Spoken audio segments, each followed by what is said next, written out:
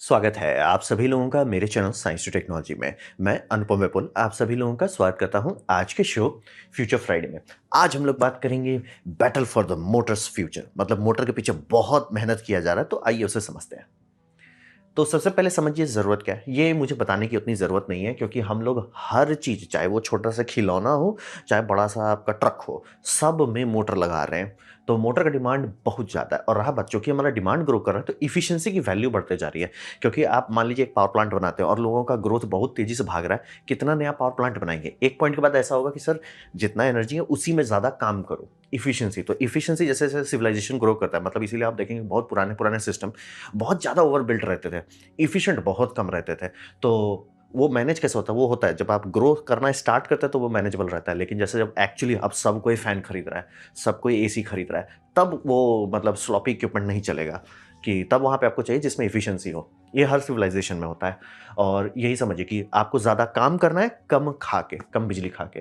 तो और कम बिजली खाने का बहुत फ़ायदा होगा। पहला फ़ायदा होगा कि गर्मी कम बनेगा, यानी अब कोई भी डिवाइस कितना लंबा चलता है, वो इस बात पे है कि भैया उस कितना गर्म है। अगर आप एक मोटर रख रहे हैं जिसको आप मान लीजिए 60 डिग्री सेल्सियस पर रख रहे हैं, उससे ऊपर नहीं जा रहा है, बहुत लंबा चलेगा। वहीं पे सेम मोटर लीजिए, सेम मैन्युफैक्चर का लीजिए, सेम बैच का लीजिए और उसको 100 पे चलाते रहिए, वो बोल जाएगा। तो समझना बहुत ज़रूरी है कि वेस्ट हीट का जनरेशन आप जितना कम करेंगे, लाइफ स्पैन उतना लंबा हो जाएगा, और लोअर रनिंग कॉस्ट का मतलब है कि फ़ायदा होगा आपको पैसे में। तो वही है। और रहा बात मोटर के मामले में, आपको ये थोड़ा समझना पड़ेगा। बहुत सारे टाइप होते हैं, हम इसको एक 4 बड़े कैटेगरी में बाँट सकते हैं, लेकिन होता बहुत सारा है। मतलब कि पूरा बुक भर जाए तो भी बचा रहेगा आपके पास। तो वही समझिए। और ड्राइव इलेक्ट्रॉनिक्स के कारण आजकल ये खुल गया है। बहुत सारा चीज़ जो टेक्निकली हमें पता था कि ऐसा हो सकता है, लेकिन करता नहीं था, इलेक्ट्रॉनिक्स नहीं था। लेकिन वही समझिए कि अब बहुत सारा चीज़ पॉसिबल है। लेकिन ये समझना बहुत ज़रूरी है कि राइट फिट ज़्यादा मायने रखता है, ना कि कौन-सा बेटर है। जैसे सिंपल एग्ज़ाम्पल दे देते हैं, आप छोटा-सा हीटर ले रहे हैं, इसमें कोई एडवांस मोटर नहीं लगाएगा। क्यों? क्योंकि वो कभी-कभी चलता है। मैं आपको कभी-कभी चलने वाले इक्विपमेंट के लिए बोलूँगा, इसमें 3 फेज़ का ये दो, क्या बोलते हैं, वायरिंग दो, तब जाके एक बढ़िया-सा 3 फेज़ एसी मोटर रहेगा। कोई नहीं करेगा। वहाँ पे आपका शेडेड पोल मोटर चलेगा, जो कि ज़्यादा एफिशिएंट नहीं होता है, लेकिन सस्ता है, कॉस्ट इफेक्टिव है, चलेगा। वहीं आपका वॉशिंग मशीन में है, ऐसा मोटर दो जो एफिशिएंट हो चाहे नहीं हो, लेकिन उसका डायरेक्शन चेंज करना बहुत आसान होना चाहिए। तो बहुत पहले तक तो यूनिवर्सल मोटर पे चलता था, अब जाके बीएलडीसी पे स्विच हो रहा है। तो ये समझना बहुत ज़रूरी है कि एक जवाब नहीं देगा, सूट क्या करता है उसके हिसाब से होता है कि आपका सूट करना चाहिए। वही बोल रहे हैं, आपका राइट फिट की मैट्रिक है, और हर मामले में, सिर्फ इस मामले में नहीं कि परफॉर्मेंस अच्छा हो या लॉन्जेविटी अच्छी हो, हर चीज़ देखना होता है। अब बात करते हैं ज्योमेट्री का। यहीं पे सबसे ज़्यादा हू-हा होता है। पहला आपको ये आ जाता है कि मैग्नेटिक फ्लक्स फ्लो कैसे कर रहा है, ठीक है? आप कॉइल में इलेक्ट्रिसिटी डालते हैं तो मैग्नेटिक फ्लक्स बनता है। वो फ्लक्स का डायरेक्शनैलिटी क्या है? यानी कि जो नॉर्मल मोटर होता है, जिसे हम लोग रेडियल कहते हैं, जो आपका पानी का पंप है, उसमें आपका शाफ्ट है, ठीक है? और मैग्नेटिक फ्लक्स ऐसे चल रहा है, ठीक है? शाफ्ट ऐसे घूम रहा है, मैग्नेटिक फ्लक्स उसको ऐसे घुमाते जा रहा है। और वहीं एक्सियल जो होता है, उसमें वो पैरेलल होता है। मतलब कि ये आपका शाफ्ट है, ये प्लेट है, ये प्लेट पे मैग्नेटिक फ्लक्स ऐसे जा रहा है, वो एक्सेल के थ्रू नहीं जा रहा है। तो वही डिफरेंस है। ज़्यादा इस पे आपको दिमाग लगाने की ज़रूरत नहीं है। ये सिर्फ ज्योमेट्री है, ये ऐसा नया टेक्नोलॉजी है वो नहीं। और by the way, axial flux motor पहले आया है।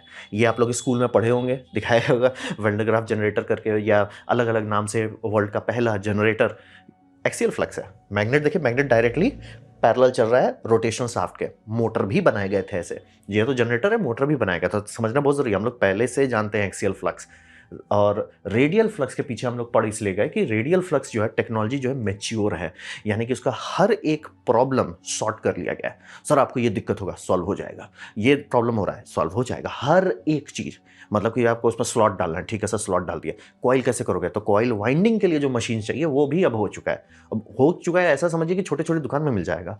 सारा चीज उसके लिए सॉर्टेड है। मतलब उसे बनाएंगे कैसे, उसे रिसाइकिल कैसे करेंगे, उसके लिए मास प्रोडक्शन कैसे करेंगे, वो सारा सॉर्टेड है। और उसका जो सबसे भरपुष्ट बात होता है, वो टॉर्क दानव होता है। मतलब भैया, टॉर्क कितना होता है नहीं सब में, कि टेंशन आपको नहीं लेना है। मतलब कि अगर टॉर्क नहीं, यानी आप गलत साइज का मोटर लिए, तो आज तक कोई ऐसा नहीं हुआ है जो कहेगा कि आपका रेडियल फ्लक्स में ना टॉर्क नहीं होता है। ना ना ना ना ना। अगर सही साइज का मोटर है, वो आपका ट्रेन खींचता है। डिस्कशन नहीं होना है कि आपका टॉर्क नहीं है। वाटर पंप चलाता है वो, मतलब उसमें आपको डिस्कशन ही नहीं करना। सबमरीन चलाता है, टॉर्क के मामले में डिस्कशन नहीं करना है। तो एक्सियल फ्लक्स एक्चुअली पुराना है, लेकिन बहुत मुश्किल है बनाना, इसीलिए पहला पुराना होने के बाद भी लोग इसको उतना रिफाइन नहीं किया, क्योंकि बहुत फचांग आता है। सबसे बड़ा फचांग है कि जैसे आपको रोटर और स्टेटर है, एक ही मतलब आप समझ लीजिए शीट मेटल लीजिए, जैसे आपका सिलिकॉन स्टील हो जाए, और उस पर स्टैम्प कर करके निकाल लीजिए, रोटर भी निकल जाएगा, स्टेटर भी निकल जाएगा, और उसको स्टैक कर लीजिए। ये आपको एक बहुत अच्छा लो मतलब समझिए एडी करंट लॉस वाला रोटर और कोर दे देगा। इसमें कैसे करोगे, एक्सीएल में कैसे करोगे? आधा लोग तो उसी में दिक्कत है। फिर हुआ कि अच्छा ठीक है, प्लेट लो, प्लेट को ऐसे से मतलब एक स्ट्रिप लो, स्ट्रिप को ऐसे ऐसे घुमा के, जैसे आपका टेप नापने वाला टेप होता है ना, वैसे ऐसे करके करो, और फिर उसमें स्लॉट काटो। उतने देर में ये 10 पीस बन जाएगा। तो मैं एकदम क्लियर कर देना चाहता हूँ, फंडामेंटल लेवल पे बहुत फचांग आता है एक्सियल फ्लक्स में, इसीलिए पुराना होने के बाद भी नहीं किया गया। और जो सबसे बड़ा कमजोरी है वो आपको समझना पड़ेगा मोटर में, वो मोटर नहीं होता है, बेरिंग्स होती है। बेरिंग्स को जगह चाहिए, डिस्टेंस चाहिए। मतलब एक शाफ्ट देते हैं हम, सेम बेरिंग देते हैं, आपका शाफ्ट अगर हम छोटा कर दें, सेम बेरिंग रखिए, पास रख दीजिए और उसमें टॉर्क डालिए, वो जल्दी बोल जाएगा। बेरिंग्स को जगह चाहिए होता है। शाफ्ट जितना लंबा रहेगा उतना अच्छा से कंस्ट्रेंट रहेगा, और कंस्ट्रेंट रहने का मतलब वो टिक पाएगा लंबा। तो इसीलिए इस लंबा शाफ्ट का एक फ़ायदा होता है, इसीलिए हर जगह इसको हम छोटा कर दिया सर, कई जगह पे वो लड़ाई करने लगेगा आपसे कि भाई ये छोटा क्यों किए।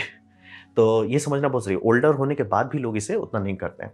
लेकिन ये राइट फिट की बात होती है, जैसे कि अब इनको सीमेंट ट्रक को था, उसको इलेक्ट्रीफाई करना है, उसमें उस जगह पे ये फिट ही नहीं होता। अब फिट ही नहीं होता तो फ़र्क क्या पड़ता है? तो वहाँ पे लोग को बोला कि नहीं सर एक्सियल फ्लक्स लगाओ। वहीं पे आप बात कर रहे हो कि सर हमको इलेक्ट्रिक एयरक्राफ्ट बनाना है, जहाँ पे पावर टू वेट रेशियो बहुत हाई चाहिए, जहाँ पे आपको ऐसा है सर वजन 1-1 ग्राम कम करना है, वहाँ पे डालिए इसको। बोले right fit for the right job. लेकिन हाँ, ये मार्केटिंग के पीछे मत पड़ जाए कि ये भविष्य है, ये सिर्फ ज्योमेट्री बदल रहा है और हम लोग वहीं से गाड़ी खोले हैं। उसको त्यागा इसलिए गया था कि बहुत मुश्किल है बनाना, असंभव नहीं है, फचांग बहुत है। और फचांग तो छोड़ दीजिए, वो मैनेज हो भी जाए, एक बार आप सॉर्ट कर लो। एक चीज़ सॉर्ट नहीं होगा, बेरिंग का वो फिजिकल ज्योमेट्री, वो लड़ाई करेगा। और लोगों को पता है, जो भी इंडस्ट्री में काम करते हैं उसे, सर बेरिंग खपत वाला आइटम होता है। सर हमने मोटर ले लिया, ये 1970 में फैक्ट्री बना था, मोटर अभी भी चल रहा है। सर क्या करते हो आप मेंटेनेंस में? खोल के बेरिंग फेंकते रहते हैं। तो समझना बहुत सही, इसलिए ज्योमेट्री को ठंडे दिमाग समझ लिए। एक्सल है, magnetic flux perpendicular, axle axle ऐसे ऐसे घूम रहा है, मैग्नेटिक फ्लक्स ऐसे ऐसे जा रहा है, उसे हम लोग कहेंगे रेडियल, नॉर्मल, टेस्टेड। दूसरा है कि एक्सल है और ये ऐसे ऐसे रोटेट कर रहा है, लेकिन फ्लक्स भी ऐसे ऐसे रोटेट कर रहा है, तो उसे कहा जाएगा एक्सियल फ्लक्स। दोनों में से बेटर कोई नहीं होता है, right tool for the right job होता है। आपको क्या चाहिए? आपको चाहिए कि हमको एकदम छोटे में एकदम बम बम पावर दो, जैसे बोले यहाँ पे इनको और कुछ फिट नहीं होता है, डाल दो। फिर है कि नहीं सर हमको ऐसा जो सर सस्ते में मिल जाए और लगा के छोड़ दे, मतलब मैंने इसको डाल दिया, इसके बाद मेरे को दिमाग लगाना ही नहीं है कि ये 25 साल तक इसको कोई नहीं ध्यान देगा, तो डालिए, रेडियल डालिए। तो इसीलिए एकदम क्लियर करना, टेक्नोलॉजी ऐसी नहीं होती कि ये अच्छा ये बुरा है। बहुत जगह पे देख रहे हैं कि एक्सियल फ्लक्स सबसे सस्ता, मतलब 10,000 रुपये का मोटर को कंपेयर किया जा रहा है 10 लाख के एक्सियल फ्लक्स से। सर धांधली ना करो, इसीलिए सावधान रहें, सतर्क रहें। अब बात करते हैं कॉइल, जो एक्चुअली मैग्नेटिक फ्लक्स पैदा करता है। तो वही समझिए, यहीं पे आपने बिजली डाले, बिजली के बाद फ्लक्स निकला। अब यही पावर का लिमिटेशन होता है, आप कितना पावर डाल सकते हैं और बिना मोटर को बूम किए, वो यहीं पे डिपेंड करता है। तो यहाँ पे 3 फैक्टर आता है। पहला फैक्टर है इंसुलेशन, यानी कि जब भी आप घर का नॉर्मल मोटर देखें, उसका इंसुलेशन 1000 वोल्ट के लिए रेटेड रहता है, उसके अंदर ही आपको रखना होता है, मतलब कि 400 पे ही जाइए, बहुत हुआ तो उससे ऊपर नहीं जा रहा है। लेकिन वहीं अगर बड़ा इंडस्ट्रियल मोटर है तो एनामिल की कोटिंग में बम बम रहेगी, ताकि वो 11 केवी तक में चल सके। कारण ये होता है कि जब इंडस्ट्रियल मोटर में बहुत ज़्यादा अगर आप ये करते हो ना, हम इसको लो वोल्टेज में चलाएंगे, बहुत महंगा पड़ेगा, क्योंकि कॉपर बहुत लगेगा। तो लोग क्या कहते हैं, कॉपर कम रखो, कॉपर सस्ता है, ये सॉरी कॉपर महंगा है, इंसुलेशन सस्ता है, तो उसमें इंसुलेशन बढ़ा देते हैं। 11 केवी का मोटर आता है, 11 मतलब कि सीधे आपका वो जो मेन्स लाइन है उसी से चलाओ, स्टेप डाउन ट्रांसफार्मर का भी जरूरत नहीं है, उसका भी पैसा बच जाता है। लेकिन वो इंसुलेशन का रेटिंग रहता है, तार छोटा ही हो सकता है, मतलब एम्प में देखने को आपको लगा सर ये तो बड़ा मोटर है, ज़रूरी नहीं है कि मोटा कॉपर हो सकता है आपका घर का जो जेट पंप है वो आराम से 10 एम्प तक का हो सकता है, और वहीं पे इनका इंडस्ट्रियल है, लेकिन आराम से हो सकता है सर 1 ही एम्प का है, लेकिन हाँ 11 केवी पे है। तो ये आपको थोड़ा समझना पड़ता है। इंसुलेशन बताता है कि इतना वोल्टेज आप संभाल सकते हैं, वोल्टेज बढ़ा नहीं सकते आप किसी जगह। इंसुलेशन बोलेगा सर हम छुट्टी पे चले जाते हैं। फिर हो गया जो वायर है, उसका करंट कैपेसिटी होता है, ठीक है। जो कंडक्टर आप डालें, वो कंडक्टर कितना एम्प संभाल सकता है बिना पिघले हुए, बिना डैमेज हुए, तो उस पर एम्प लिमिट बन जाती है। ये 2 चीज़ आपका लिमिट हो गया, वोल्टेज और करंट। अब रहा बात, इसके बाद एक दूसरा चाहिए, जो कि आप एक रोड स्पिनिंग फील्ड का बात कर रहे हैं, जिसमें अल्टरनेशन है, फ्रीक्वेंसी आ जाती है, जैसे कहते हैं ना हर्ट्स। 50 हर्ट्स हो गया इंडिया में, 60 हर्ट्स हो गया अमेरिका में। तो ये सब फ्रीक्वेंसी आती है। यहाँ पे थोड़ा धांधली हो जाता है। ये धांधली हम लोग कहते हैं स्किन इफेक्ट, यानी कि अगर मैं आपको मोटा कॉपर बार दे दूँ, सर ये बार है, बम बम है, हेयर पिन वाइंडिंग जैसा, उसमें आप बोलोगे सर हम इसमें बिजली डालना चाहते हैं, डीसी आराम से उसको यूज़ कर लेगा। मतलब कंडक्टर का आपने मैथ लगाया सर, कंडक्टर 100 एम्प संभाल सकता है, वो संभाल लेगा डीसी में। एसी जैसे डालेंगे, एसी, और ये मैं क्लियर कर दे रहा हूँ, एसी का ये मतलब ज़रूरी नहीं है कि वो ऊपर नीचे हो, मतलब कि पॉजिटिव 100 वोल्ट हो, नेगेटिव 100 वोल्ट, ज़रूरी नहीं है वो। अगर आप ये कर रहे हो, ऑन ऑफ भी कर रहे हो, फ्रीक्वेंसी आ रही है तो वो उसमें स्किन इफेक्ट आएगा, तो वो लड़ाई करने लगेगा। वो कॉपर का कैपेसिटी आपने मैथमेटिकली कैलकुलेट किया था और सही भी है, डीसी में टेस्ट कीजिए सही आएगा, लेकिन वो पता चले सर ये सिर्फ 10 एम्प कैरी कर सकता है। क्यों? कॉपर का आउटर एरिया में बिजली जाएगा, बीच में मैग्नेटिक फील्ड बनेगा, वो बाहर इलेक्ट्रॉन को ठेलने लगेगा, लिटरली कॉपर यूजलेस हो जाता है बीच का। तो ये आपको ध्यान देना होता है। और इससे कितना फर्क पड़ता है, आप ऐसा समझिए कि हम लोग जो घर में मोटर यूज़ करते हैं, सिविलियन लोग यूज़ करते हैं, वो आपका 50 या 60 हर्ट्ज के बाद, जिसे कहते हैं मेन्स फ्रीक्वेंसी। वहीं पे अगर आप एयरक्राफ्ट में जाएंगे, एयरक्राफ्ट इंडस्ट्री में जाएंगे, उसमें सारा चीज़ बनाया जाता है 400 के लिए। मतलब ऐसा क्यों? वोल्टेज उनका भी वही लिमिटेशन है कि ज़्यादा वोल्टेज डाल नहीं सकते, इंसुलेशन बोल जाएगा, करंट ज़्यादा नहीं बढ़ा सकते क्योंकि भैया पिघल जाएगा। तो क्या करें, फ्रीक्वेंसी बढ़ा दो। तो इतना हॉर्स पावर का, जैसे मान लीजिए इतने में आपको 10 हॉर्स पावर आ रहा है, वो इतने में 10 हॉर्स पावर निकाल लेंगे क्योंकि फ्रीक्वेंसी बढ़ा दी है। पेनल्टी आरपीएम पागल हो जाता है, बट एरोप्लेन में वेट ज़्यादा प्रायोरिटी रखता है, इसीलिए वहाँ पे सारा चीज़ प्लेन में 400 हर्ट्ज पर रहता है। एग्जाम्पल के लिए कभी भी मोबाइल फ़ोन को लीजिए और वीडियो बनाते थे तो बहुत ज़्यादा पतला पतला लाइन आ रहा है, जबकि वहीं पे आप नॉर्मल वाले में देखिए और उसमें सिंक नहीं कर रहा है मोबाइल फ़ोन, तो उसमें एक बड़ा बड़ा वेव आएगा 50 हर्ट्ज का, वहीं पे 400 हर्ट्ज का पतला पतला लाइन आएगा, ध्यान दीजिएगा। तो ये इशू हो जाता है कि, और रहा बात इलेक्ट्रिक व्हीकल क्यों इतना छोटा था कि देखिए इतनी सुने 100 हॉर्स पावर, 100 किलोवाट, 200 किलोवाट, भैया 200 किलोवाट इतना छोटा में कैसे आ रहा है? फ्रीक्वेंसी पागल जैसा है। वोल्टेज करंट उतना ज़्यादा नहीं भागता है, वोल्टेज बहुत हुआ तो 1000 जाएगा, करंट बहुत ज़्यादा नहीं जाएगा। शॉर्ट बर्स्ट वो दे सकता है लेकिन बहुत ज़्यादा नहीं जाएगा। तो क्या भागता है? फ्रीक्वेंसी। पागल जैसा फ्रीक्वेंसी होता है, मतलब आराम से स्टार्ट ही होंगे वो 400 पे, उससे फिर ऊपर जाएंगे। स्पिंडल मोटर जो आप देखते हैं, जो सीएनसी सब में रहता है, वो तो 2000 हर्ट्ज तक जाता है। तो वही समझिए, हर्ट्ज आपका कॉपर की बैंड बजाने लगता है कि सर हम अब डाल दो, सर हम इसको बहुत हाई आरपीएम करेंगे। कॉपर बोलेगा नहीं सर हम कैरी नहीं कर सकते, फ्रीक्वेंसी मतलब जो इलेक्ट्रिसिटी डाल रहे हो वही लड़ाई कर रही है। तो ये एक आपको यही 3 चीज को बैलेंस करना है, इंसुलेटर को बैलेंस करना है, करंट कैरिंग कैपेसिटी बैलेंस करना है, इन फ्रीक्वेंसी का स्किन इफेक्ट आपको मैनेज करना है। तो अभी बीच में हल्ला हो गया था कि ये पीसीबी कोर आ जाता है। पीसीबी कोर में एयर कोर मोटर बनता है, यानी कि आप स्टेटर में जो मैग्नेटिक प्लेट डाल रहे हैं, जो सिलिकॉन स्टील डाल रहे हैं, वो नहीं डाल रहे हैं, एयर कोर हो गया। तो रहा बात कि एयर कोर का फायदा है, हाँ उसमें आयरन लॉस कम हो जाता है। तो आपके दिमाग में तुरंत रेड, जब भी ऐसा लाइन सुने ना, प्लीज़ दिमाग में रेड बटन चालू कर दीजिए कि सर अगर ऐसा होता तो बाकी सब लोग डाल ही क्यों रहे हैं? अगर उसको हटाने से लॉस खत्म हो जाता तो डाल ही क्यों नहीं, खर्चा क्यों कर रहे हैं? बात है कि उसके चलते टॉर्क आता है। मतलब कि मैं आपको इतना सा मोटर दूं और इतना मोटर में बम बम टॉर्क चाहिए, आपको डालना ही पड़ेगा फ्लक्स कॉन्सेंट्रेटर, यानी कि वो जो मैग्नेटिक योक रहता है उसका काम वही है कि मैग्नेटिक पाथ को एकदम कॉन्सेंट्रेट करो। एयर नहीं कॉन्सेंट्रेट कर सकता है। तो टॉर्क डेंसिटी, मतलब मैं आपको ये बोलता हूँ 10 लीटर के अंदर आपको मोटर डालना है साइज में, उसमें कितना टॉर्क डाल सकते हैं? एयर कोर में आप मार हाई तोबा कीजिए वर्सेस जिसमें आपका ये है प्लेट यूज किया गया, डिस्कशन ही नहीं होगा, बहुत ज़्यादा बड़ा अंतर आएगा परफॉर्मेंस में। तो इसीलिए लोग आयरन कोर डालते हैं। लॉस होता है, ये बात एकदम फैक्चुअली ट्रू है, लेकिन उस लॉस के एवज में जो परफॉर्मेंस मिलता है वहाँ पे लोग बोलते हैं सर बल्ले बल्ले मैनेज हो जाएगा, सर मैनेज हो जाएगा। और कूलिंग भी एक दिक्कत आ जाता है एयर वाले में। जैसे अगर इलेक्ट्रिक व्हीकल का आप देखेंगे, जैसे टेस्ला कैसे मैनेज करता है, ठीक है, उन्होंने स्टेटर को छापा, ठट ठट ठट करके छापा। किसी को बुद्धि आया सर स्टेटर का जो डिस्क है उसको थोड़ा बड़ा कर दो ना सर, और आउटर में छोटे छोटे छेद बना दो। तो स्टेटर में आपका अंदर में वाइंडिंग लगा, उसी मेटल में ऊपर वाले साइड में वहाँ पे उन्होंने चैनल छेद दिया, उस चैनल में ऑयल चलाते रहते हैं। ऑयल आपका लिटरली स्टेटर से प्यार कर रहा है, स्टेटर ठंडा है, बम बम है।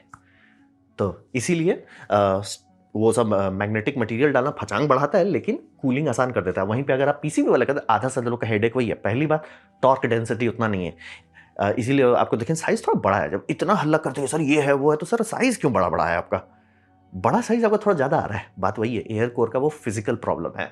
दूसरा, उसको कूल करने में जान निकल जाती है। और रहा बात, आपका भले कॉपर बहुत हाई टेम्परेचर संभाल सकता है और मेटल संभाल सकता है हाई टेम्परेचर, FR4 बोर्ड यानी कि फाइबर रेनफोर्स्ड 4 जो वेरिएंट है वो हाई टेम्परेचर नहीं बर्दाश्त कर सकता। तो वो एक सीरियस लिमिटेशन बनता है। इसीलिए मैं एकदम क्लियर करता हूँ, कभी भी आपको कोई बोले ना ये बेहतर है वो बेहतर है, वो गलत है। बोले सर इस कंडीशन में ये सूट करेगा। आप सर जो आप मान लो मेरे से ये लिस्ट मांग रहे हो, इस लिस्ट में ये मोटर आपको सुखी रखेगा, दूसरे मोटर से आपको शादी नहीं करनी है, वो देखना पड़ता है। इसीलिए बोल रहे हैं क्या पीसीबी मोटर का फायदा है आराम से, लेकिन मैं उसे उस फील्ड में नहीं बोलूंगा जहां पे अथाह टॉर्क चाहिए, बोलूंगा नहीं, डिस्कशन ही नहीं है। और हेयर पिन जैसे वो बीच में हो गया ना कि अरे सब लोग हेयर पिन वाइंडिंग करेंगे, सर उसमें समझिए वो कॉपर लोडिंग सुधार देता है, यानी कि जो आपका स्लॉट है उस स्लॉट में कितना ग्राम कॉपर गया है वो बल्ले बल्ले, ठीक है सर।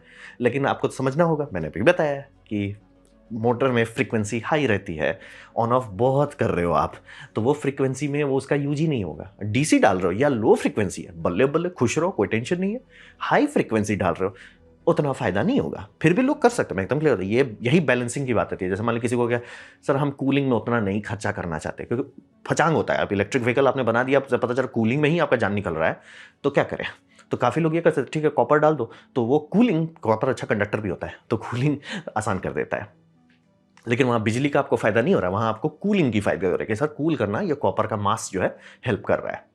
तो इसीलिए यही बैलेंसिंग यही होती है। यही इलेक्ट्रिक इंजीनियर जब बैठते हैं तो करते क्या है, यही हिसाब लगाते हैं। सर आप लिस्ट दो क्या चाहिए आपको, उसमें क्या फिट होता है आपका बजट में, आपके एक्सपेक्टेशन में, लाइफ स्पैन में, हर चीज़ को हम देखेंगे। तो वही समझिए, हेयर पिन वाइंडिंग हल्ला बहुत होता है और डीसी के लिए उससे बेटर कुछ नहीं है, लेकिन एसी के लिए वो लड़ाई करेगा। हाई फ्रीक्वेंसी उसे नहीं पसंद है तो लो फ्रीक्वेंसी पर रही है। और रहा जो राउंड वायर है वो हम लोग यूज़ करते थे 100 साल पहले से, अभी भी यूज़ कर रहे हैं और आगे भी करते रहेंगे। कारण वही है कि वो बेस्ट ऑफ ऑल वर्ल्ड है। मतलब कि पीसीबी वाला आपको बहुत ये अच्छा दे देगा, ये अच्छा है वो अच्छा है, वो टॉर्क नहीं दे सकता जो राउंड वायर देता है। और राउंड वायर जो लेवल पे आपको हाई फ्रीक्वेंसी हैंडल कर सकता है वो आपको हेयर पिन वाइंडिंग नहीं दे सकता है। तो वही बैलेंस के मामले में round wire is the king. अब रहा बात पीसीबी वाले में कह रहा है कि राउंड वायर खराब हो जाता है, इसलिए सर चल रहे हैं मोटर 100 साल से चल रहे हैं, लाइक मैं स्पिन कर रहा हूँ सर, चल रहा हूँ, कहीं खराब हो रहा है सर, खराब हो रहा है या तो दो तीन कारण से होता है। पहले आपने यार इलेक्ट्रिकली कुछ अन्याय कर दिया उसके साथ, उस पर कोई भी मोटर नहीं टिकेगा, ठीक है, पहला तो वो बात हो गया, इलेक्ट्रिकली अन्याय कर दिया। दूसरा ऑन ऑफ बहुत करते हो आप, वो बोल जाएगा, और बेरिंग बोल गया तो कोई भी मोटर बोल जाएगा। तो वही समझिए राउंड वायर लेकिन मेसी बहुत होता है, उसको बनाने के लिए बहुत फचांग लगता है। ये अब रहा बात क्या होगा अगर हम सुपर कंडक्टर डाल देते हैं, तो मैं एकदम क्या, सुपर कंडक्टर डालने से इफिशिएंसी उतनी नहीं बढ़ेगी। हाँ तो सुपर कंडक्टर है इसलिए सर मोटर बहुत इफिशिएंट होता है, मतलब बहुत ही ज़्यादा इफिशिएंट होता है। तो वहाँ पे अगर आप सुपर कंडक्टर डालते हैं तो फायदा क्या होता है, फायदा होता है कि आप साइज जो है छोटा कर देते हैं। मतलब यह 36 मेगावाट का मोटर, ओए होए होए, आपका डिस्ट्रॉयर यूएस नेवी का डिस्ट्रॉयर चला रहा है, ओए होए होए एकदम बढ़िया बम बम है, कोई टेंशन नहीं सर, जगह बहुत खा रहा है, बहुत जगह खा रहा है। और जगह में आपको एम्यूनिशन रखिए, तेल रखिए, फ्यूल रखिए, मिसाइल रखिए, सर जगह तो यही खा जा रहा है। और वजन भी है 180 से 250 टन तक का यही खा जा रहा है, साइज भी बड़ा है, वजन भी खा रहा है। सर क्या होगा अगर हम इसे सुपर कंडक्टिंग कर दें। सुपर कंडक्टिंग देखिए अभी दोनों सेम रेटिंग है, 36 मेगावाट ये चाहिए उनको डिस्ट्रॉयर सबके लिए। 36 मेगावाट का वजन कितना हुआ सर, वजन 75 में निपट गया। मतलब वो 250 तक जा सकता है, और उससे मतलब एकदम सबसे लाइटेस्ट मोटर भी है 180 तक जा रहा था, और सर 75 में निपटा दो, खुश रहो। और वो वजन से उतना फर्क नहीं पड़ेगा बोट को, खाली जगह मिल गया। अब वो खाली जगह में आप तेल रखिए, मिसाइल रखिए, बुम बुम रखिए, जो आपको रखना है रखिए। तो ये यही इसीलिए सुपर कंडक्टर यूज होता है। ये तो मैंने आपको नेवी बताया। अभी जो 6th जेन फाइटर के लिए हुलुलुलु हो रहा है उसमें सबको है कि हम ना इसमें super conducting motor generator unit लाएं, क्योंकि जेट इंजन स्टार्ट नहीं होता है। तो जेट इंजन स्टार्ट करने के लिए कोई छोटा सा जेट इंजन स्टार्ट करना जो बैटरी से स्टार्ट होता है, उससे जैसे आप लोग प्लेन सब में देखते हो ना पीछे आवाज करते रहता है, बहुत गंदा आवाज करता है, वो एपीयू यूनिट है, वो छोटा रहता है, वो स्टार्टर से मोटर से स्टार्ट हो जाता है, उसको स्टार्ट करता है, वो एयर कंप्रेसर चलाता है, वो जाता है आपका मेन टरबाइन स्टार्ट करता है, वो बोलता है हम स्टार्ट होंगे। या बड़का सा मतलब SR-71 के लिए उनको 1500 हॉर्स पावर का इंजन चाहिए था जो कंप्रेसर चलाए, वो कंप्रेसर से स्पूल अप करके स्टार्ट कराए। तो अब बोल रहे सर वो तो ठीक है, लेकिन उसका दिक्कत है आपका ग्राउंड इंफ्रास्ट्रक्चर होना चाहिए या एक अलग से एपीयू रखो। तो क्या होगा अगर हम छोटा छोटा super conducting motor generator unit रख दें। वो बोलता है सर हम इतना टॉर्क दे देंगे कि बड़ा इंजन सीधे स्टार्ट कर देंगे। अभी तक तो मैंने किसी का डेमो नहीं देखा, लेकिन सुन रहा हूँ, और 1-2 हेलीकॉप्टर में शायद आ गया है जो मोटर से ही स्टार्ट कर देता है। लाइक सर काप फूकने लगे हो आजकल, बहुत खतरनाक बात है। किसी किसी से पूछिए जो भी जेट इंजन में काम करते हैं, सर जेट इंजन को हम मोटर से स्टार्ट करेंगे, बड़े वाले को, छोटे वाले तो हम भी कर लेंगे बड़ा वाले का जो प्लेन लोगों को कैरी करता है। तो वही नेवी भी वही कहेगी सर हमें जगह चाहिए, ठीक है सर मोटर छोटा कर दो। जेट में भी वही काम हो रहा है सर, हमको 2 मेगावाट, 4 मेगावाट, 10 मेगावाट। सर इतना क्यों चाहिए बिजली? दो ही चीज़ें इतना बिजली खाता है, पहला है आपका ये रेडार, दूसरा है लेज़र। तो वही इसीलिए मैं एकदम क्लियर करता हूँ, इफिशियंसी की बात नहीं हो रही, दोनों की इफिशियंसी घुमा फिरा के सेम होगा, मे भी 1-2% की अंतर आएगी, क्योंकि जैसे बड़ा बड़ा मोटर है, वर्ल्ड रिकॉर्ड है जो इफिशियंसी है जो इंडिया में है 99.13% इफिशियंट। अगर आप 99.13% पे हो, क्या फ़र्क पड़ेगा उसको और बढ़ा के? तो इफिशियंसी के फ़र्क नहीं पड़ता, लेकिन साइज छोटा हो जाता है, छोटा। तो सुपर कंडक्टर का वही फ़ायदा होता है।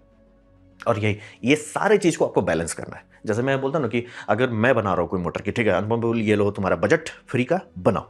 बजट मैं बोल रहा है बजट पागल हो जाएगा, लेकिन मेरे को अगर चाहिए एक बेस्ट, मैं रोटर में हेयर पिन डालूंगा। क्यों? क्योंकि रोटर में मैं इलेक्ट्रोमैग्नेट डाल रहा हूँ, तो उसके लिए हमको चाहिए डीसी। डीसी चलाएगा, कॉपर वायर संभालेगा, कंडक्शन भी अच्छा रहेगा, ठंडा भी रहेगा। और जो स्टेटर है वो कॉपर ये रहेगा, राउंड वायर रहेगा, ताकि उसमें एसी हाई फ्रिक्वेंसी डाल सकें और थोड़ा सा कॉपर को ट्विस्ट भी कर दें। वो आपका कॉगिंग इफेक्ट संभालता है। किसी का मैंने सुना था कि भैया पीसीबी मोटर में कॉगिंग नहीं होता है, इसलिए किसी मोटर में नहीं होता है। कॉगिंग हो रहा है तो यानी वो सस्ता मोटर है। ये सब मोटर में कॉगिंग नहीं होती है, वो ट्विस्ट कर देते हैं, या मतलब या तो रोटर ट्विस्ट किया रहता है या तो स्टेटर ट्विस्ट करते हैं। मतलब ये मैं एकदम क्लियर था, समस्या हर समस्या सॉर्टेड है, बस आप उतना पैसा देना चाहते कि नहीं। जैसे कि रोटर को ट्विस्ट किया जाता है सारी इलेक्ट्रिक व्हीकल में, क्योंकि वो सस्ता पड़ता है। स्टेटर ट्विस्ट होता है, मिलता है, लेकिन महंगा ज़्यादा होता है, इसलिए लोग जनरली रोटर ट्विस्ट करते हैं। तो इसीलिए मैं एकदम क्लियर कर देता हूँ, हाइप पे ना जाए, फैक्ट्स पे आए।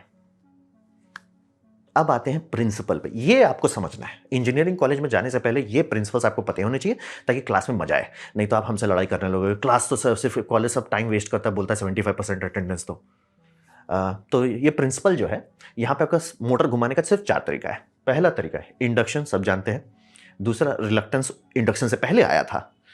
फिर है मैग्नेटिक, फिर है इलेक्ट्रोस्टैटिक। इलेक्ट्रोस्टैटिक के बारे में बात नहीं करेंगे, क्योंकि जहाँ पे कोई मोटर मुंह खोल के बोलता है सर इसको 2000-4000 वोल्ट चाहिए, भले करंट कितना कम हो, उतना वोल्टेज हमको नहीं रखना है अपने आसपास, हमको रखना ही नहीं है, हमको डिस्कशन ही नहीं करना है। आप मुंह खोल के बोल दो, हम प्यार से मुंह बंद कर देंगे आपका, हमको सुनना ही नहीं है, हमको सुनना ही नहीं है। आप एकदम प्यार से बोल रहे हैं सर 4000 वोल्ट, एकदम सर एकदम। ऐसा तो है ही नहीं कि 4000 वोल्ट का स्विचिंग मॉसफेट्स का दाम कितना आता है, तो मैं एकदम उसके बारे में हम डिस्कशन नहीं करेंगे। इंडक्शन, इंडक्शन सबसे बेस्ट है, निकोला टेस्ला जी का देन है। सेल्फ स्टार्टिंग है, ये वन ऑफ दी ग्रेटेस्ट है इस पार्ट मोटर का। मोटर में आप एसी फ्रीक्वेंसी दीजिए, खुद स्टार्ट हो जाएगा, खुद घूमना शुरू हो जाएगा। और स्टार्टिंग टॉर्क भी बहुत देता है, मतलब ये लड़ झगड़ के स्टार्ट कर देगा। इसीलिए by the way induction motor का अगर रोटर जाम हो गया, वो जल जाता है, क्योंकि वो लड़ाई बहुत करता है, इसलिए इसीलिए अगर आप कंप्रेसर डायरेक्ट खरीदेंगे मैन्युफैक्चर से, तो लिखा रहता है कंप्रेसर में लॉक्ड रोटर करंट। अगर रोटर किसी कारण से लॉक हो गया, बहुत करंट खाएगा वो, मतलब पूरा जान लगा देगा कि भैया इसको घुमा के छोड़ेंगे। जनरली मोटर जल जाएगा उतना होने पे, लेकिन आप समझ सकते हैं, इसीलिए इंडक्शन में बहुत गंदा पावर स्पाइक आता है। स्टार्टिंग टॉर्क बहुत अच्छा होता है, सेल्फ स्टार्टिंग भी होता है, तो ये सब इसके अच्छी बात है। फिर हो गया रिलक्टेंस। रिलक्टेंस होता है कि सर एक काम करो, स्टेटर सेम रखो, बस रोटर हटा दो, रोटर में स्क्विरल केज हटा दो और स्टैम्प शीट चला दो, तो सस्ता बहुत होता है। सिंक्रोनस भी होता है, यानी इफिशिएंसी भी। सेल्फ स्टार्टिंग नहीं होता है ये, इसीलिए पहले से हम लोग बनाते थे तो उसमें आपको ब्रश का एक अलग से यूनिट रखते थे, जिसमें ऐसे घुमाते रहिए, वो ब्रश को स्विच करता रहेगा। अब तो इलेक्ट्रॉनिकली कर लेते हैं, लेकिन ये सेल्फ स्टार्टिंग नहीं होता है, क्योंकि सिंक्रोनस में हमेशा ये दिक्कत होगा, आपका फ्रीक्वेंसी जो है वो 50 हर्ट्ज पे, वो 50 से नीचे नहीं होता। ऑन ऑफ इज ऑफ है, ऑन इज 50 हर्ट्ज, तो डायरेक्टली उतना स्पिनिंग मैग्नेटिक फ्लक्स जो बन जा रहा है, सर आपका रोटर घूमेगा कैसे? उसका इनर्शिया इन्फिनिट इनर्शिया थोड़े है उसमें, कि मतलब है घूम गया, उसको तुरंत लॉक होकर मतलब 0 RPM to 1500 RPM on spot जाना है, वो नहीं होगा, तो क्या कहते हैं वाइब्रेट करने लगेगा। इसीलिए मेजॉरिटी मोटर सेल्फ स्टार्टिंग नहीं होते हैं, इंडक्शन होता है। इंडक्शन का यही सबसे अच्छा बात है कि इंडक्शन स्टार्ट होता है, रिलक्टेंस स्टार्ट नहीं होता है। रिलक्टेंस के लिए आपको उसमें इनकोडर लगाना पड़ेगा, उसको बताना पड़ेगा कि अच्छा स्टेटर कॉइल को कि देखो यहाँ पे रोटर है, यहाँ पे अभी तुम कॉइल डालो, उसको थोड़ा सा मूव करो, थोड़ा सा मूव करो, नहीं मूव हो रहा है ठीक है पीछे आ जाओ, उसको जब तक उसको घुमा नहीं, मतलब आपको बेबी करना पड़ता है। इंडक्शन लड़के स्टार्ट हो जाता है, लेकिन रिलक्टेंस को घुमाना पड़ता है। फिर आते हैं मैग्नेटिक में। मैग्नेटिक में 2 प्रजाति होती है, आप सब लोग पढ़े होंगे, इलेक्ट्रोमैग्नेट्स हो गया, परमानेंट मैग्नेट हो गया।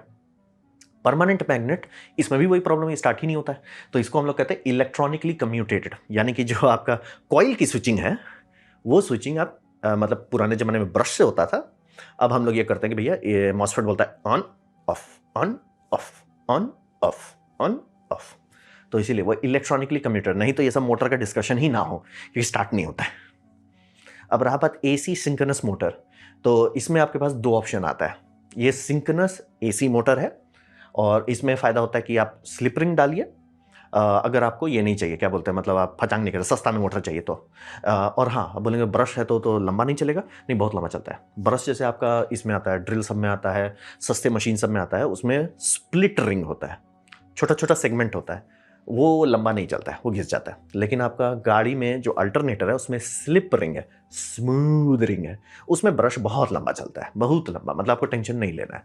और आपके जितने कोल पावर प्लांट है, न्यूक्लियर पावर प्लांट है, जितने पावर प्लांट है ऑलमोस्ट थर्मल पावर प्लांट्स, सब में वही यूज होता है और उसी से हमारे देश चलता रहता है। तो ये समझना बहुत जरूरी है कि बहुत लोग ब्रश सुनते हैं और ये ब्रश नहीं चलेगा, इसलिए सर आखिरी बार आपने कब अपने गाड़ी के अल्टरनेटर का ब्रश बदला था, कोई डिस्कशन भी नहीं होता है क्योंकि वो नहीं घिसता है। और जहाँ कुछ ऐसा हो गया कि किसी कारण से आपको ब्रश नहीं चाहिए, ठीक है, मान लीजिए ब्रश आपको नहीं चाहिए, जैसे ये है सीमेंट प्लांट में काम करता है, तो वहाँ इतना धूल गर्दा रहता है कि सर ब्रश के बीच में, मतलब रिंग और ब्रश के बीच में धूल गर्दा जाएगा, वो घिसने लगेगा। वो फिजिकल बात है, वो डस्ट नहीं प्रेफर करते। या कुछ कुछ केसेस में आप बूम वाले जगह पे काम करें, माइंस है जहाँ पे गैस निकल रहा है तो बूम कर सकता है, थोड़ा सा भी स्पार्क आप नहीं अफोर्ड कर सकते, तो वहाँ पे ये यूज होता है। ये लगाते हैं, जैसे हम लोग कहते हैं एक्साइटर।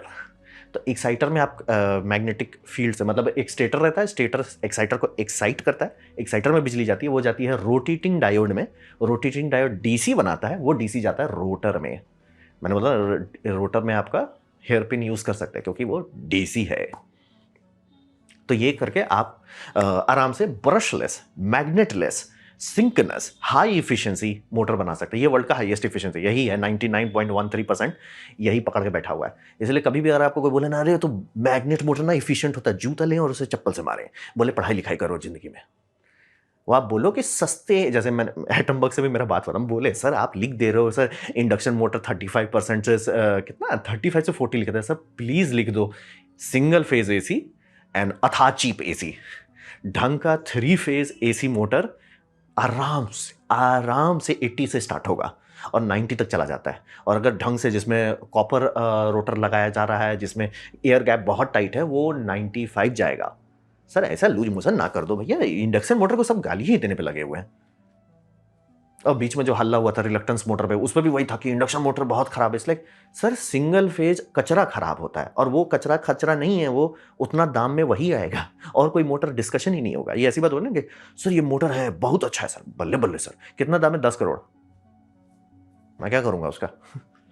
तो ये अपने दिमाग में हमेशा रखे, कोई भी आपको बोला ना इफिशिएंसी यही सबसे इफिशिएंट है, वर्ल्ड रिकॉर्ड है, Guinness book of the world record में है, गुजरात में रखा हुआ है, चलता है 24/7 चलता है। तो ये एसी ब्रशलेस सिंक्रोनस मोटर ये, और हाँ by the way AC synchronous motor का फायदा होता है, पावर फैक्टर 1 होता है, मतलब वो बिहेव ऐसा करता है कि रजिस्टर है, उसमें कोई इंडक्शन वाला लड़ाई झगड़ा नहीं होता है। और ये इतने अच्छे मोटर्स होते हैं कि इसमें आप फ्लाईव्हील लगाइए और ग्रिड में इनर्शिया डाल दीजिए। जैसे जहाँ पे लोग गए भैया हम तो पूरा ये कर रहे हैं, आपका क्या बोलते हैं, सोलर कर दे रहे हैं, विंड कर दे रहे हैं, सर ग्रिड में तो इनर्शिया ही नहीं है, ये बोलता है हम संभाल लेंगे, बहुत अच्छा मोटर है। और पता नहीं सब लोग गाली इसी को देते हैं, इसलिए भैया इसी के भरोसे जिंदा हो तुम, इसी के भरोसे तुम्हारा सीमेंट बन रहा है, इसी के भरोसे तुम्हारी बिजली ग्रिड चल रही है, और इसी को सब गाली देते हैं। और हाँ सारे मोटर जनरेटर होते हैं, सारे जनरेटर मोटर होते हैं, दोनों अलग अलग चीज़ नहीं है, मतलब इलेक्ट्रॉनिक्स में अलग होता है लेकिन हार्डवेयर सेम रहता है, वही हो गया। और मेजॉरिटी चीज़ सेल्फ स्टार्ट नहीं होते हैं, इंडक्शन इकलौता है जो मतलब कि टेंशन मतलब वो स्टार्ट हो जाएगा, यूनिवर्सल मोटर है जो स्टार्ट हो जाता है, मेजॉरिटी चीज़ नहीं होता है, मतलब कि जिसमें मैग्नेट हो वो स्टार्ट नहीं होगा, जिसमें रिलक्टेंस हो वो भी स्टार्ट नहीं होगा। इलेक्ट्रोस्टैटिक में भी सुनने को आता है कि उसको स्टार्ट करना पड़ता है, मतलब उसमें भी इनकोडर चाहिए ताकि वो घूमना स्टार्ट कर सके। तो कॉन्टेक्स्ट वही है। तो फीडबैक चाहिए होता है कि आपको एक इनकोडर देना होता है, जो आजकल देते हैं ना हर मोटर में इनकोडर का है पोत रहे हैं, वही है इनकोडर, बताता है कि स्टेटर कब कहाँ पे मैग्नेटिक फील्ड बनाओ, वो खींच रहा है बेचारे रोटर को। एक बार घूमना शुरू हो जाता है तब आसान होता है, लेकिन उसको वहाँ तक ले कैसे जाइएगा, 0 आरपीएम टू जो भी वर्किंग आरपीएम वहाँ तक कैसे ले जाइएगा, वही है। और हाँ ये समझिए एडवांस इलेक्ट्रॉनिक्स के बिना आधा से ज़्यादा चीज़ के बारे में हम लोग बात नहीं करते, लेकिन अब होने लगा, बहुत सारा चीज़ बनने लगा। जैसे रिलक्टेंस मोटर हम लोग को बहुत पहले से पता था, क्यों नहीं बनाते थे, बात ब्रश में ही इतना एनर्जी वेस्ट होता था कि कोई फायदा नहीं था। अब वो दिक्कत नहीं है, तो जिनको है कि सर सस्ता चाहिए, सर इंडक्शन से भी सस्ता चाहिए, हमारे पास इलेक्ट्रॉनिक सस्ता है, तो वहाँ पे करो। और हाँ, जब भी आप शाफ्ट का बात कर रहे हैं, जो डंडी है, उस डंडी में आप इतना इलेक्ट्रोमैग्नेट के साथ प्यार कर रहे हो, ये बना रहे हो, खासतौर पे वीएफडी के साथ ये होता है, तो सर वो शाफ्ट जो है ना चार्ज होने लगता है, उसमें स्टैटिक करंट आने लगता है, तो एक ग्राउंडिंग ब्रश डाला जाता है। वो ब्रश जो है स्ट्रे करंट्स को बाहर निकाल देता है। अगर वैसा आप नहीं करते हैं, आपका बेरिंग्स बोल जाएगा, आपका जो ये है क्या बोलते हैं इंसुलेशन है वो बोल जाएगा। क्यों? क्योंकि स्टैटिक करंट जो बन रहा है उसमें एम्प्स ज़्यादा नहीं है, लेकिन वोल्टेज पागल जैसा होगा। मैंने आपको बताया ना एनएमएल आपका बहुत कम वोल्टेज का रहता है, और ये दूसरा कारण है सस्ते मोटर क्यों जल जाते हैं तुरंत, उसमें ये रहता ही नहीं है, ग्राउंडिंग रहती ही नहीं है ब्रश ये शाफ्ट के लिए। और कोई भी ढंग का बड़ा मोटर, चाहे इलेक्ट्रिक व्हीकल का हो, चाहे किसी भी सीरियस चीज़ में हो, उसमें हमेशा शाफ्ट ग्राउंड किया रहेगा, बिना उसके कोई नहीं चाहिए। और अगर आप बिना उसके किए तो आपको जूता से चप्पल से मारा जाएगा, क्योंकि बोला बेरिंग उड़ा देता है, बेरिंग ब्लास्ट कर जाता है। क्योंकि बेरिंग में ये होता है स्पार्क बनता है, वो पिटिंग कर देता है, बॉल में पिट बन जाता है, वो पॉट घिसने लगता है, और फिर दूसरा स्पार्क बनता है, धड़ धड़ धड़ धड़ खत्म, स्वाहा। तो यही प्रिंसिपल यही रहता है, यही 4 प्रिंसिपल है, 3 ही मान लिए प्रैक्टिकली। मैग्नेट का आप डाल रहे हो, इलेक्ट्रो हो या परमानेंट हो, आप उसमें इंडक्शन डाल रहे हो, रिलक्टेंस डाल रहे हो, और कुछ नहीं है। मैं बात नहीं करूंगा इसका इलेक्ट्रोस्टैटिक का, जहां लोग मुंह खोलते हैं 4-5 हज़ार वोल्ट का। लाइक लाइक आप सब कर दो ना, मोटर आपका बेस्ट ऑफ द बेस्ट है, मेरे को रहना ही नहीं है, मेरे को उस इलेक्ट्रॉनिक्स के पास ही नहीं रहना जो 4 से 5 हज़ार वोल्ट बनाता है, मेरे को रहना ही नहीं है उसके पास। और ये शाफ्ट ग्राउंडिंग, अगर आपको नॉर्मल सस्ते इंडक्शन मोटर को लंबा चलाना है, उसमें शाफ्ट ग्राउंड कर दीजिए, बेरिंग थोड़ा लंबा चलने लगेगा। तो ये हो गया प्रिंसिपल कोर। अब बात करते हैं हाइब्रिड का। तो हाइब्रिड ये समझिए कि कई बार ऐसा होता है कि एक से आपका मन नहीं भरता है, या आप जो करना चाहते हैं वो नहीं होता है। जैसे कि सिंपल एग्जांपल देते हैं, जो सबसे पहले जिसके चलते दुनिया चल रही है, एसी सिंक्रोनस मोटर स्टार्ट ही नहीं होता है। लेकिन मैं बोल रहा हूँ इंडस्ट्री चल रहा है, 100 साल से चलाया जा रहा है, तो कैसे हो रहा है ये? क्योंकि सेमीकंडक्टर स्विचिंग तो अभी पॉसिबल है, लेकिन पहले नहीं था, तो कैसे कर?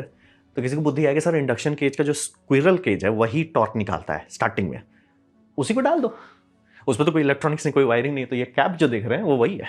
मतलब स्टार्टिंग टॉर्क इंडक्शन से आता है।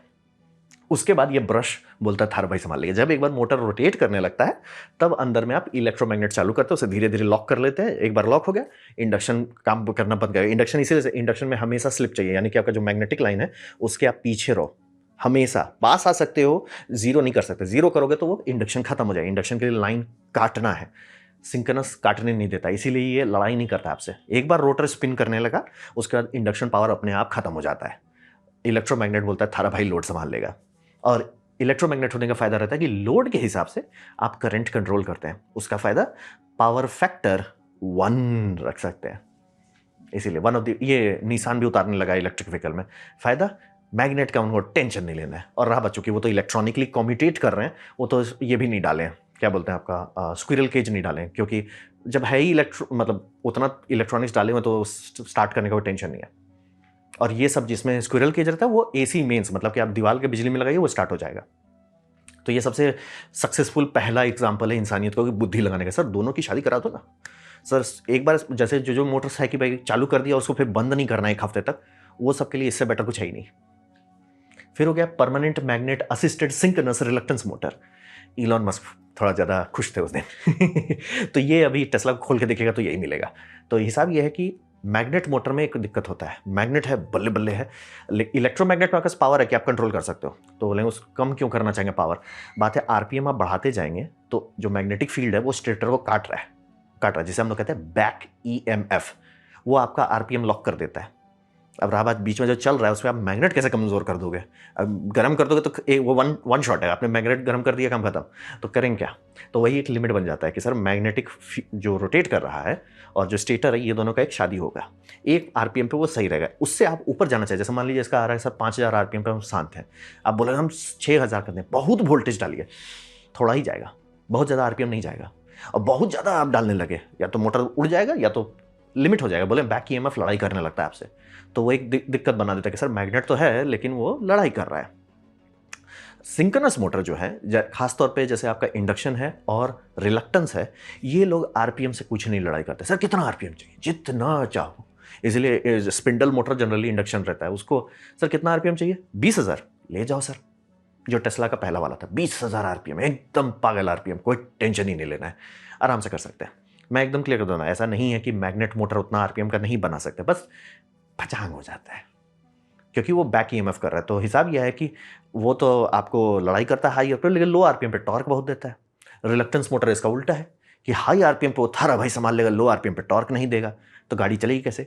तो ये दोनों की शादी करा दी गई कि मैग्नेट ऐसे एंगल पे लगाओ, और वही मैंने बताया फेज एंगल जो होता है आपका, जो सिंक्रोनस है, सिंक्रोनस से पीछे रहिए, तो ये ऐसा एंगल कर सकते हैं कि लो आरपीएम पे मैग्नेटिक फ्लक्स पूरा काम कर रहा है, मतलब मैग्नेट मेन जोर लगा रहा है और रिलक्टेंस हेल्प कर रहा है। आरपीएम बढ़ने लगता है तो मैग्नेट से ऑफ सेट कर देते हैं कि सर मैग्नेट लड़ाई नहीं करेगा, काटेगा नहीं, बैक ईएमएफ नहीं बनाएगा और रिलक्टेंस कैरी ओवर करने लगेगा। तब आपको वही समझ लिया, लो आरपीएम का टॉर्क मिल जाता है और हाई आरपीएम का स्पीड मिल जाता है। तो एक ही मोटर आपका बड़ा रेंज को संभाल पाता है, और आप कुछ और भी मिक्स कर सकते हो, वो आप पे है। मेरा पर्सनल फेवरेट ये है, बट आपका जो है वो आप करो। तो कॉन्टेक्स्ट यही है, हाइब्रिड कोई बहुत बड़ी बात नहीं कि इसलिए ओ हाइब्रिड कर दिया, इसलिए सर 100 साल से कर रहे हैं। कभी पढ़िए, थोड़ा देखिए, समझिए, थोड़ा बुक्स पढ़िए। मैं पढ़ रहा हूँ बुक जो 1967 में लिखा गया है, थोड़ा पढ़िए लिखिए, और उस टाइम से है ये सब, तो समझना बहुत ज़रूरी है। हाइप अलग बात होती है, फैक्चुअल अलग बात होती है। मोटर आपको अपने हिसाब से चुनना होता है, सही चॉइस कीजिए, खुश रहिए। चॉइस गलत है, मारे जाएंगे, और मार्केटिंग का काम होता है कि आपसे गलत चॉइस करवाना। तो ये था मेरा प्रेजेंटेशन इलेक्ट्रिक मोटर का जो लड़ाई झगड़ा चल रहा है, और मैंने बहुत लोगों का देखा, बहुत ही ज़्यादा मतलब ब्लाइंड है कि दूसरे मोटर भी एग्जिस्ट करते हैं। तो उम्मीद करता हूँ आपको अच्छा लगा हो, कुछ सीखने वाला, कुछ समझ में आया हो। अगर ऐसा है, लाइक कर दे, दोस्तों शेयर कर दे, उससे मेरा काफ़ी भला होगा। नहीं अच्छा लगा, नहीं पसंद आया, कोई बात नहीं, आप डिसलाइक दबा सकते हैं, मैं कमेंट डिसलाइक 2 बार दबाएं, उससे मुझे पता चलो कितना ना पसंद है। मैं आपसे कमेंट लेकर मैं हर कमेंट को पढ़ने की कोशिश करता हूँ। आपसे कमेंट सब्सक्राइब कीजिए, बेल दबाइए, आप फ्री हैं तो आपने वीडियो ज्वाइन कर, मुझे बहुत खुशी हुई। धन्यवाद।